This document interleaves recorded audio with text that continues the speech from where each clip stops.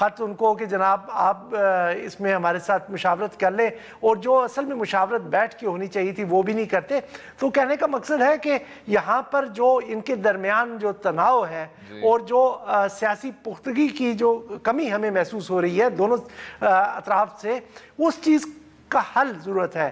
یہ national action plan ہو، عسکری عدالتیں ہوں، یا الیکشن کمیشن کے ممبران کی تعیناتی ہو، یہ تمام کے تمام مسائل حل ہو جائیں گے. آپ کی قانون سازی کا مسئلہ بھی ایک طرف رکا ہوا ہے.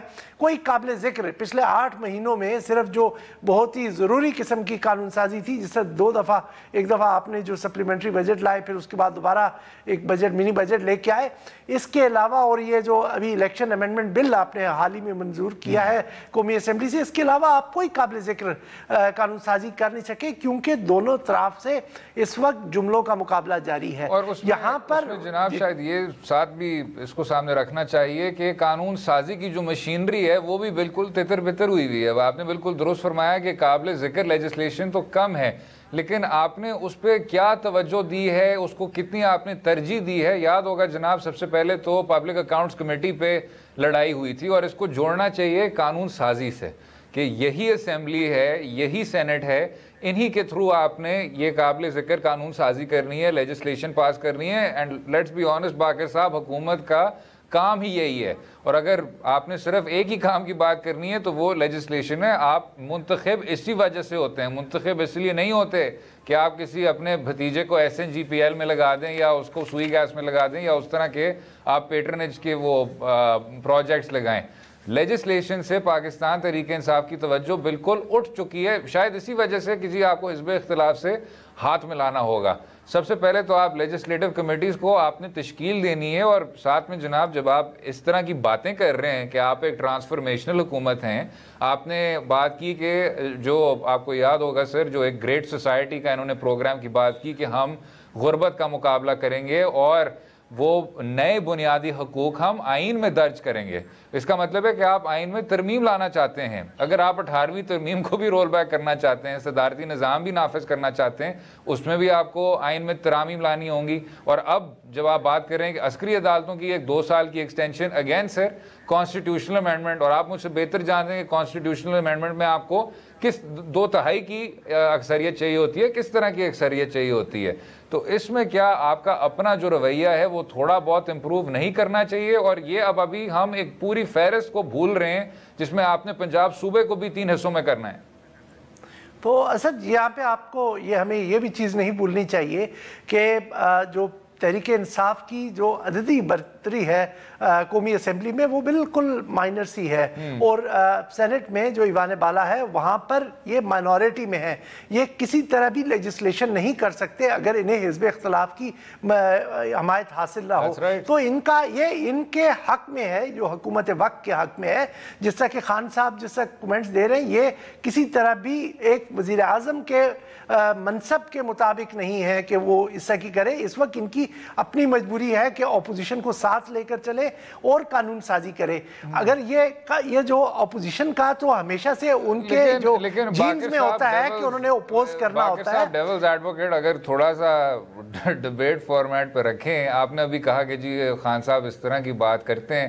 جناب اگر آپ ماضی میں دیکھتے ہیں کہ جی NRO ہوا، پرویز مشرف صاحب نے پیپلز پارٹی کو کسی طرح سے کولیشن پارٹنر بنانے کے خاطر تمام کیسز معاف کیے، اسی وجہ سے پھر آصف زرداری صاحب واپس صدر بنے. پھر اسی PTI نے ان پہ 10 سال الزام لگائے کہ پیپلز پارٹی اور مسلم لیگ نواز کے آپس میں مکمکا ہو جاتا ہے. اس کا مطلب یہ ہے کہ وہ کسی ایک لیڈر کے مفادات کے خلاف حکومتی کارروائی نہیں کرتے یا سنجیدگی سے نہیں کرتے، کیونکہ ان کو پتہ ہے کہ اس کے بعد میں، اگلی بار آپ، اور اس کے بعد میں ایک بار پھر.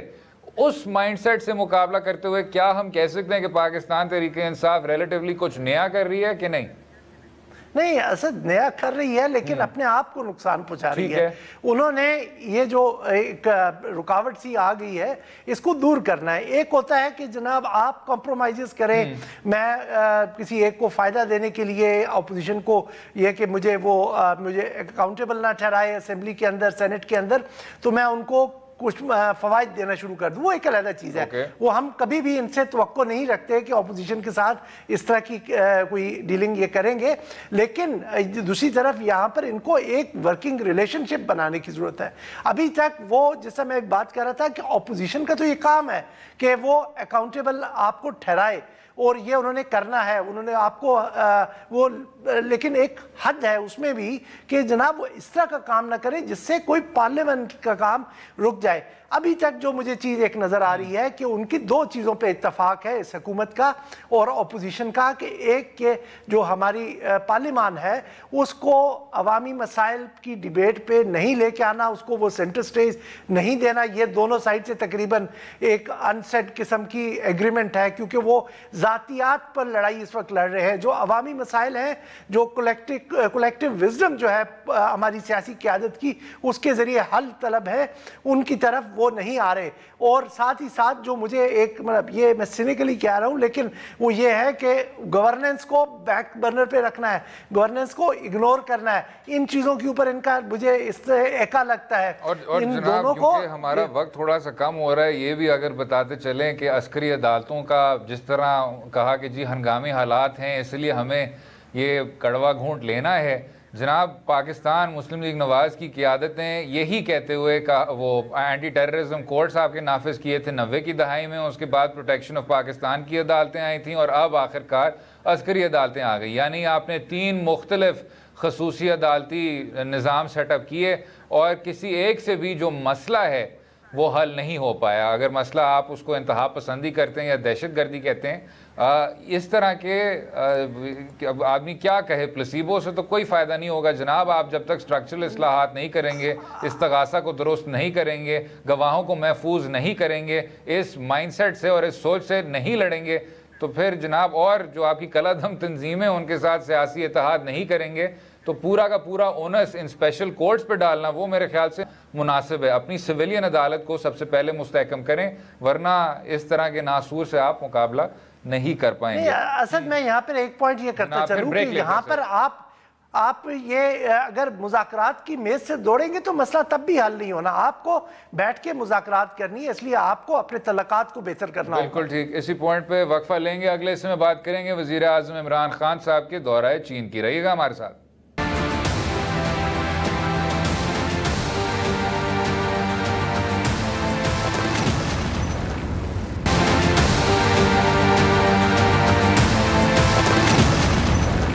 ویلکم بیک ٹو دو رائے. بات ہو رہی تھی کہ حکومت وقت کی اولین ترجیح قانون سازی ہے، لیکن فی الحال پاکستان تحریک انصاف کوئی خاص قابل ذکر قانون سازی نہیں کر پائی. اب جو لوگ پارلیمان کے امور کو گہری نظر سے دیکھتے ہیں ان کا کہنا یہ ہے کہ جب تک حکومت وقت ہاتھ نہیں بڑھائے گی حزب اختلاف کی طرف، اور جب تک وہ سٹینڈنگ کمیٹیز کو اہمیت نہیں دے گی، تو سلسلہ اسی طرح چلتا رہے گا. جناب باقر صاحب، آپ ضرور اس خبر سے بھی آگاہ ہوں گے کہ سٹینڈنگ کمیٹیز سے پاکستان مسلم لیگ نواز کے اراکین نے استعفے دیے ہیں، پنجاب اسمبلی میں بھی اور خیبر پختونخوا کی اسمبلی میں بھی. تو سر وہی والی بات ہوتی ہے جو ہم پچھلے سیگمنٹ میں کر رہے تھے کہ جب تک آپ انہی لوگوں کے ساتھ بیٹھ کے اپنا ڈیبیٹ نہیں کریں گے، ڈسکس نہیں کریں گے، اور جب آپ کی سٹینڈنگ کمیٹیز ہی ڈس فنکشنل ہو جائیں گی اور ان اسمبلیز کے لیجسلیٹو پروسیسز آپ کے غیر فعال ہو جائیں گے، تو پھر اب مستقبل میں کیا لیجسلیشن ہوگی جناب؟ اسد یہاں یہ تو آپ نے بات کی نا خیبر پختونخوا کی اور پنجاب کی، جہاں پر اپوزیشن کو یہ اعتراض ہے کہ وہ ان کو مناسب جو ڈیولپمنٹ فنڈز میں سے شیئر نہیں مل رہا، یا ایک طرح سے حکومتی رویہ ہی ہو سکتا ہے. یہاں پر سوری انٹرپٹ کر رہا ہوں میں، لیکن ڈیولپمنٹ فنڈز پہ بھی اگر ذرا بات کر لیں، پی ٹی آئی کا کہنا تھا، عمران خان صاحب کا کہنا تھا انتخاب سے پہلے، منشور کا حصہ تھا کہ ڈیولپمنٹ فنڈز کا یہ جو ایک آپ نے تسلسل بنایا ہوا ہے کہ انہی لیجسلیٹرز کو آپ دیں گے، انہی ایم این ایز کو آپ دیں گے جو تمام ڈیولپمنٹ فنڈز کریں گے، اس سلسلے کو آپ توڑیں گے، ختم کریں گے اور ڈیولپمنٹ سپینڈنگ کی منصفانہ ایلوکیشن ہوگی. لیکن اب آپ کو وہی نظر آ رہا ہے جناب کہ جو آپ کے ڈسٹرکٹ کے نمائندے ہیں وہی فیصلہ کرتے ہیں کہ پیسے کہاں کہاں لگائے جائیں. اسد یہ میرے خیال میں جو حکومت میں آنے سے پہلے کا جو عمران خان تھے یا وہ جو ان کی تبدیلی کا ایجنڈا تھا وہ کافی حد تک مختلف ہے جو حکومت میں آنے کے بعد، کیونکہ اب انہوں نے کافی زیادہ اپنے آپ کو اڈاپٹ کر لیا ہے. اور یہ ابھی آپ ان کی دیکھ لیں کہ جو حکومت میں آنے سے پہلے اور جو اب کی جو ان کی کیبنٹ ہے، جو ان کے اس وقت مشیر تھے، جو ان کے مطلب بطور ایک حزب اختلاف کے رہنما کے جو ان کے ساتھ ٹیم ہوتی تھی اس کو دیکھ لیں، اور آج کی ان کی ٹیم کو دیکھ لیں جو ان کے ساتھ کیبنٹ ہے، آپ کو فرق محسوس ہو جائے گا. تو یہ چیزیں کافی حد تک تبدیل ہو چکی ہیں. عمران خان کی ٹیم کی جو ویژن ہے وہ کافی حد تک تبدیل ہوا. لیکن کمنگ بیک ٹو وہ جو اسٹینڈنگ کمیٹیز کا ایشو ہے کہ ابھی تک بے شمار پرائیویٹ بلز وفاق جو آپ کی قومی اسمبلی ہے یہاں بھی موو ہوئے ہیں، اور لیکن مسئلہ وہاں پر ہے کہ چلے کمیٹیز بن گئی، آپ نے ایک کمپرومائز کیا. شہباز شریف کو ایک آپ کی ڈیموکریٹک آپ کی ایک ٹریڈیشن چل رہی تھی کہ قائد حزب اختلاف ہی ان کے پبلک اکاؤنٹس کمیٹی کے سربراہ ہوں گے، وہ آپ نے شرط مان لی. لیکن ابھی تک چونکہ یہ پورا پروسیس ڈیلے ہو گیا، اس وجہ سے کئی کمیٹیوں کے سربراہان ابھی تک مقرر نہیں ہوئے، ان کے الیکشنز ہونے. جب تک یہ سب کچھ نہیں ہو جاتا یہ تمام کے تمام بل سٹینڈنگ کمیٹی میں پھنسے رہیں گے اور واپس آپ کی قانون سازی نہیں ہو پائے گی. یہ تو قانون سازی ایک طرف ہو گئی. دوسرا آپ دیکھیں کہ پی ٹی آئی کی اگر آپ پارلیمان میں کارکردگی بھی دیکھیں تو نہ تو وہ کوئی ان کی اتنا تواتر کے ساتھ ان کی پارلیمانی کمیٹی جو پارلیمانی پارٹی ہے جہاں پر یہ سارے کا سارا اپنی حکومت اپنا اسٹریٹجائز کرتی ہے جو کسی سیشن کے لیے کہ کس طرح سے اس کو لے کے چل رہا ہے، وہ اتنے تواتر سے نہیں ہو رہی. آپ پارلیمنٹ کے اندر پارٹیسپیشن دیکھ لیں کہ کئی دفعہ کورم جو ہے وہ ٹوٹ چکا ہے. اور یہ آپ کو یاد ہوگا جنوری میں وزیر اعظم نے ٹویٹ کے ذریعے یہ باور کرانے کی کوشش کی کہ اپوزیشن کے واک آؤٹس کی وجہ سے ٹوٹتا ہے.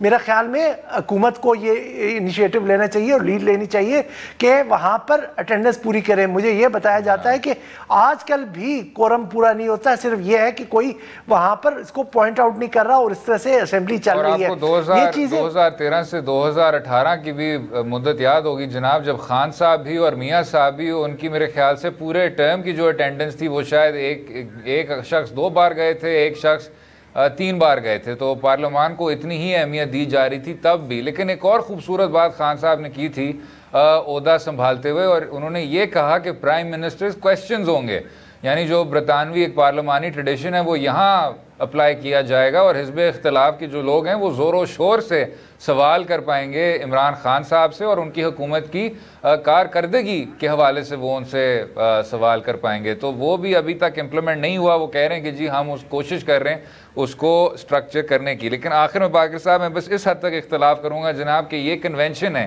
اس میں کوئی شک نہیں ہے کہ حزب اختلاف کو چیئرمین پبلک اکاؤنٹس کمیٹی بننا چاہیے. لیکن ماضی میں جب آپ بناتے تھے، چاہے چودھری نثار صاحب ہوں چاہے خورشید شاہ صاحب ہوں، اس طرح کے شخص نہیں بنے جن پہ اتنے زیادہ کیسز تھے اور جن پہ اتنے زیادہ الزامات تھے کہ بیچ میں وہ جیل بھی جا رہے ہیں، باہر بھی جا رہے ہیں، ان کو ایسٹس بیونڈ مینز کا بھی سامنا کرنا ہے، ماڈل ٹاؤن کا بھی سامنا کرنا ہے، ہر طرح کے ان پہ ایکیوزیشنز فرام آل کوارٹرز ہیں. پاکستان مسلم لیگ نواز جو پاکستان کی اتنی بڑی سیاسی جماعت ہے، ان کو کوئی اور شخص مل سکتا تھا کہ اتنی اہم کمیٹی کی سربراہی وہ کر سکے. خیر اصل اس میں یہ ہے کہ یہ ان کی اختیار تھا اپوزیشن کا، اور اگر اپوزیشن اس بات پہ بضد تھی کہ ان کو ہی دی جائے تو میرا خیال میں ان کو ہمیں ماننا چاہیے.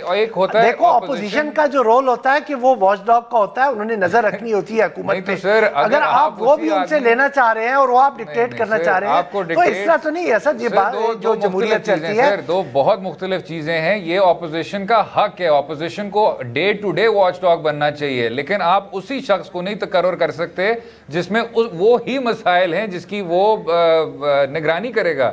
اور دوسرا سر ایک ہوتا ہے اپوزیشن کا بیانیہ اور دوسرا ہوتا ہے فیملی پارٹی کا بیانیہ. یہ ایک ایسی سیاسی جماعت مسلم لیگ کے بارے میں کہا جاتا تھا کہ جیسی بھی ہو اس میں آپ کے بیٹے نہیں آتے، آپ کی بیٹیاں نہیں آتی. جو پاکستان پیپلز پارٹی کا بھی مسئلہ تھا، مسلم لیگ پیپلز پارٹی کا مسئلہ تھا، عوامی نیشنل پارٹی کا مسئلہ تھا، باقی تمام سیاسی جماعتوں کا مسئلہ تھا. آج آپ نواز لیگ کو دیکھ لیں، شریف خاندان سے وہ آگے بڑھتی نہیں ہے. تو خاندانی بادشاہ سے سر تھوڑا سا آگے نکل کے یہ تو ہماری سیاست کا المیہ ہوا نا. یہ چاہے پیپلز پارٹی میں دیکھیں, پی ایم ایل این میں دیکھیں, اب آپ کو پی ٹی آئی کے اندر بھی اس طرح کی چیزیں نظر آنا شروع ہو گئی. اگرچہ پی ٹی آئی کا یہ جو چیز ایک انیشل جو آپ کی اٹریکشن تھی وہ یہ تھی کہ ہم خاندانی سیاست کی طرف نہیں جائیں گے, بھلے سے خان صاحب کے بچے ابھی تک اس میں دوڑ میں نہیں لگے, لیکن آپ اس کو مختلف درجوں پہ یہ دیکھ سکتے ہیں کہ وہاں بھی اس طرح کے مسائل اب ابھرنا شروع ہو گئے. مجھے صرف اس چیز کا خطرہ ہے کہ یہ جو دو جس طرح کا روش ہمارے حزب اختلاف نے اور حزب اقتدار نے رکھی ہے, اس کا نقصان یہ ہوگا کہ لوگوں کی جمہوریت پہ اعتماد اٹھ جائے گا. جمہوریت پہ اعتبار تبھی اٹھتا ہے آپ کا جب آپ کے جو پبلک اکاؤنٹس کمیٹی کے جو چیئر ہیں ان کے اپنے جو اکاؤنٹس ہیں وہی سر, تب جمہوریت سے اعتبار اٹھتا ہے. اس وجہ سے نہیں جب آپ اس پہ میرے خیال سے اس حد تک جائز تنقید کر رہے ہیں کہ وہ آدمی نہیں ہونا چاہیے جو اس کے ساتھ کھڑا ہوا ہے, پیچھے کھڑا ہوا ہے, آگے کھڑا ہوا ہے, وہ سب اس کمیٹی کو چیئر کر سکتے ہیں. خیر, اگلے حصے میں بات کریں گے عمران خان صاحب کے دورہ چین کی آخر کار اور پھر اس سے آگے کچھ بین الاقوامی امور کی. رہیے گا ہمارے ساتھ.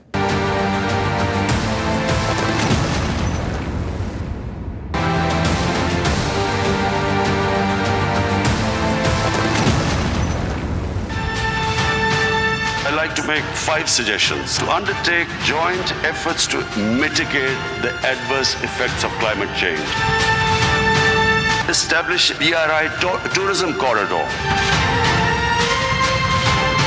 Establish an office of anti-corruption cooperation. Create a poverty alleviation fund that supplements national efforts in the fight against poverty and malnourishment. Make concerted efforts to further liberalize trade and investment flows. Welcome to دورہ. جیسے آپ نے دیکھا عمران خان صاحب نے دورہ چین کے وقت ایک 5 نکات کا پلان آؤٹ لائن کیا جس میں انسداد کرپشن, انسداد غربت اور تجارتی تعلقات کو کسی طرح سے بڑھانا, ان سب کو شامل کیا تھا. اور ساتھ میں یہ بھی کہا عمران خان صاحب کے معاونوں نے اور ان کے حکومتی نمائندوں نے کہ پاکستان اور چین اب خصوصی طور پہ سی پیک کے متعلق بات کرے گی اور سی پیک کے انڈسٹریل زون کا لاہ عمل طے کرے گی. اب یاد رہے کہ ماضی میں پاکستان تحریک انصاف کے خصوصی مشیر نے کہا کہ سی پیک کے جو کچھ ٹرمز اینڈ کنڈیشنز ہیں ان کے نیگوشیشن میں ابھی بھی گنجائش ہے, لیکن اس بیان کے بارے میں بھی کہا گیا کہ اس کو میڈیا نے آؤٹ آف کانٹیکسٹ کوٹ کیا تھا اور کہ پاکستان اور چائنا اب ہمیشہ سے دوست تو رہے لیکن سی پیک کے ٹرمز اور کنڈیشنز کے متعلق بھی, شرائط و ضوابط کے متعلق بھی کوئی اختلاف رائے نہیں ہے. اب دیکھنا یہ ہوگا کہ پی ٹی آئی کس طرح انہی واٹرز کو نیویگیٹ کرتی ہے, یہ دیکھتے ہوئے کہ پاکستان کا سب سے بڑا منصوبہ یعنی سی پیک اس پہ ابھی سے ہی نہ صرف شفاف نہ ہونے کے اور بہت زیادہ پیچیدہ ہونے کے ایکوزیشنز حزب اختلاف لگا رہی ہے. جناب باقر صاحب, اگر ہم سب سے پہلے سے اس پروجیکٹ پہ آ جائیں, امکانات یہ ہیں کہ عمران خان صاحب اور جو چین کے شی جن پنگ صاحب ہیں وہ اب خصوصی طور پہ سی پیک کے ٹرمز کو لے آؤٹ کریں گے. انڈسٹریل زون کے حوالے سے کیا دیکھتے ہیں؟ اسد, یہ جو ابھی وزیر اعظم صاحب کا جو حالیہ دورہ ہے یہ دوسرا دورہ ہے. پچھلے سال کے آخر میں بھی وہ عمران خان صاحب بیجنگ گئے تھے, تو جو فرق ہے اس وقت کا اور آج کا پہلے وہ میں بیان کرتا چلوں کہ وہاں پر یہ دیکھا دونوں قیادت نے کہ ہم نے آگے کیسے بڑھنا ہے. جس طرح آپ نے عبدالرزاق داؤد صاحب کے اس بیان کا ذکر کیا تو چائنیز سائڈ پر بھی کافی خدشات تھے کیونکہ پی ٹی آئی نے حزب اختلاف کے دنوں میں کچھ ایسی باتیں کی تھیں جن کے بعد چینی حکومت کا شاید اندازہ تھا کہ کوپریشن ہماری کسی طرح سے افیکٹ ہو, لیکن اب وہاں سے کافی آگے بڑھ چکے ہیں اور اب یہ کہا جا رہا ہے کہ ہماری جو بنیادیں ہیں کوپریشن کی وہ زیادہ مستحکم ہے. اور اس دفعہ جب وہ گئے ہیں, یہ ایک بیلٹ اینڈ روڈ فورم ہے جو پورے بیلٹ اینڈ روڈ انیشیٹو میں جو 150 ملک ہیں ان کے نمائندے وہاں پر آتے ہیں اور کوپریشن کی بات کرتے ہیں. اس کی سائڈ لائنز پہ جو میرے خیال میں سب سے امپورٹنٹ چیز وہ یہ ہوئی کہ سی پیک کے اوپر پاکستان اور چین کی باہمی جو بات چیت ہوئی, صدر شی جن پنگ ہو یا ان کے وزیر اعظم ہوں